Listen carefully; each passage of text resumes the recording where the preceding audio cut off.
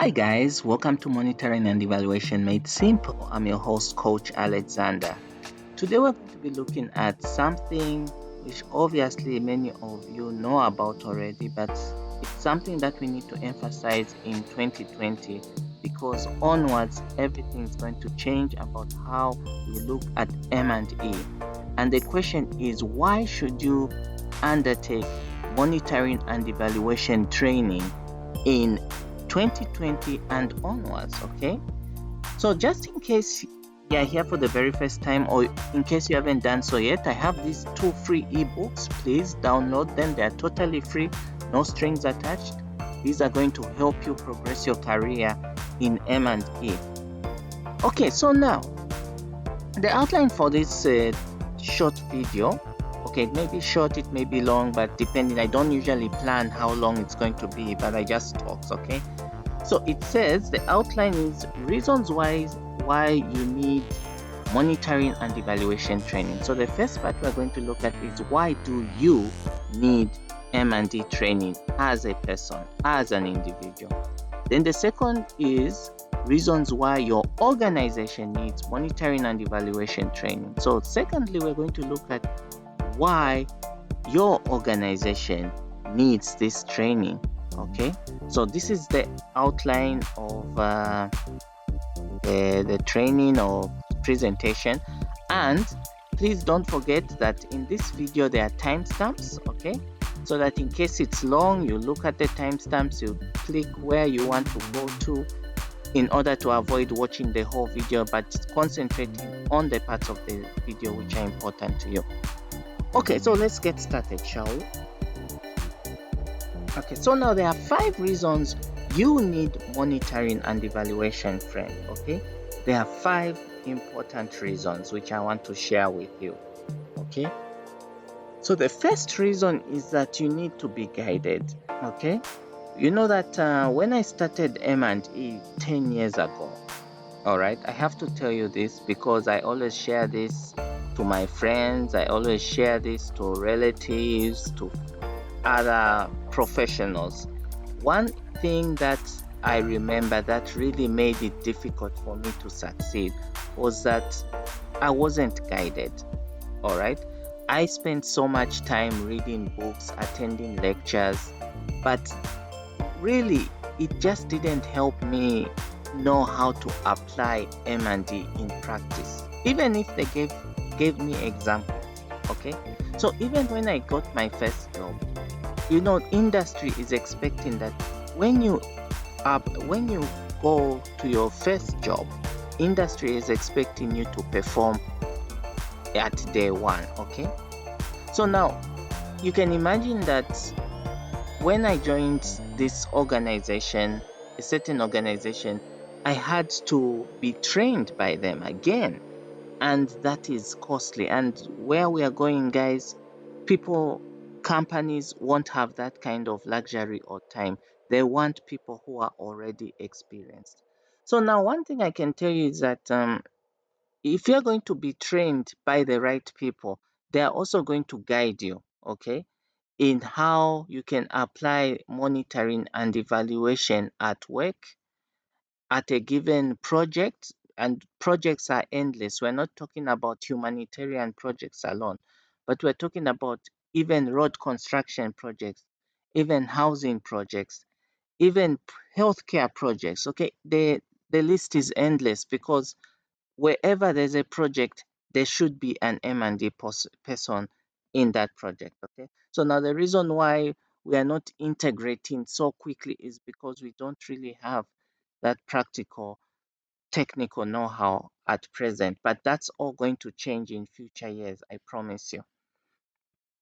So the next reason is that you need to build your confidence. You know, that's one of the things that is lacking in many of us. Okay, and I'm not speaking for everyone. Okay, but I'll tell you my own experience, and I've seen it with others, that because you don't have the knowledge and the practical know-how, your confidence levels, your self-esteem reduces. And that is what can make or break a deal. because people want to know that even if you, like, let's say you don't know these things, but you actually have high confidence levels, the people around you are going to feel confident about you because you have high confidence levels in yourself, in your abilities. The people around you are going to trust you better. So that is why you need to actually go through training. Okay, you need to go through training because when you get this knowledge, when you build your confidence, the people around you are going to trust you. They're going to give you the job. That's one thing. And also, the other thing is that they're going to be able to confide in you, especially when they need certain guidance on their projects. And that's where you come in. You need to help them believe in you by the way you project yourself. Okay. So you need to be trained. And it's only the good trainers that can help you achieve those goals. Then the reason number three is that you need to satisfy the expectation of both employers and stakeholders. Normally, what happens is that you have to ensure that the expectations and stakeholders are met. Okay. And this can only be done when you're trained. Now, the thing is that these trainings, ideally, they're supposed to be aligned, or at inception, they're supposed to be aligned to the stakeholder expectations. And when we talk of stakeholder expectations, we're talking about employers, we're talking about the government, and we're talking about even the beneficiaries themselves, okay? The planners. So all these things need to be well aligned. So usually the trainings are aligned to what industry is expecting from their people, okay, from the graduates, so to say. So you just need to be trained, guys, okay, because of that reason. Okay, we seem to skip there, but let's go back. Okay, so reason four, you may have the technical experience in monitoring and evaluation. Okay, you may have 3 years experience, you may even have 5 years experience. But the truth is that it's always good to get a different perspective from people who are much more experienced in this kind of field. Okay, it's always good to get that different perspective. The world is big, guys. There's so much we can learn from. But unfortunately, like to be honest with you, I don't see so much of M&D being done. But of course, you would see there's a lot of literature. Okay, of course, there's a lot of literature in M&D, but in terms of training delivery, you'll find a lot of training delivery in medicine around the world. There are a lot of medical programs, there are a lot of engineering programs, accountancy programs. But when it comes to M&E, you don't see that many of these programs. And I get questions from people asking me where they can find these education programs. And one thing I can tell you is the reason why it is not standalone in most cases is because it is not, it is integrated in some of these programs around the world. You talk of economics, for instance. Economics may have a portion where they talk about monitoring and evaluation.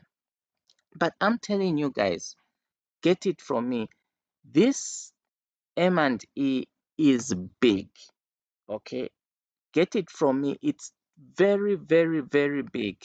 And you're the only ones who can actually grow this profession. I'm sorry I'm diverting a bit, but it's only you and myself who can grow this profession, because how many projects are being implemented worldwide? How many projects? Just ask yourself. There are many projects, and the problem is that we seem to concentrate ourselves on humanitarian projects, and of course that is where M&A came from. Yeah, but Think about the road construction projects that are there. That needs accountability. Think about the housing construction, the building construction. How many millions of dollars are dedicated to these projects? So, guys, take it from me, this is very big. And if you're already practicing M&D, please enroll in training. And I'm going to talk about where you can enroll. Okay, let's go to the next reason. Okay, so reason five, it's all part of continuous professional development. Okay, so what we are talking about here is CPD. Haven't you ever noticed that sometimes you have these courses that are running in social media? Someone posts a social media advert saying there'll be a 5-day workshop in M&E in project management. At the end of that workshop, you don't really get a qualification. Okay, all you get is a certificate of attendance or a certificate of professionalism, things like that. So those kind of programs, they are not qualifications per se, but they are all part of continuous professional development. But you know what? Those, because these are short, intense programs, you can still use those certificates to seek exemptions when you apply for a qualification at a university, college, and most importantly, this can help you even get into work. All right, because if you're getting CPD, it is helping you improve on your current status as a professional. Okay, so now I wanted to talk about the personal one-on-one coaching which my organization is running. This is a 3-month coaching program, one-on-one coaching, guys. You get access to 14 free Udemy courses, personal one-on-one coaching, online lectures for 3 months, free M&D materials, 3 assignments, 2 tests, 1 exam, and finally the certification. So now, guys, in case you may be wondering, I've given you the reasons why you need to enroll in training. But maybe something I haven't told you is that this training program, which is happening right now, is so important for you because I didn't have guidance. I wasn't guided in my early years of M&D, and that's one of the things I regret.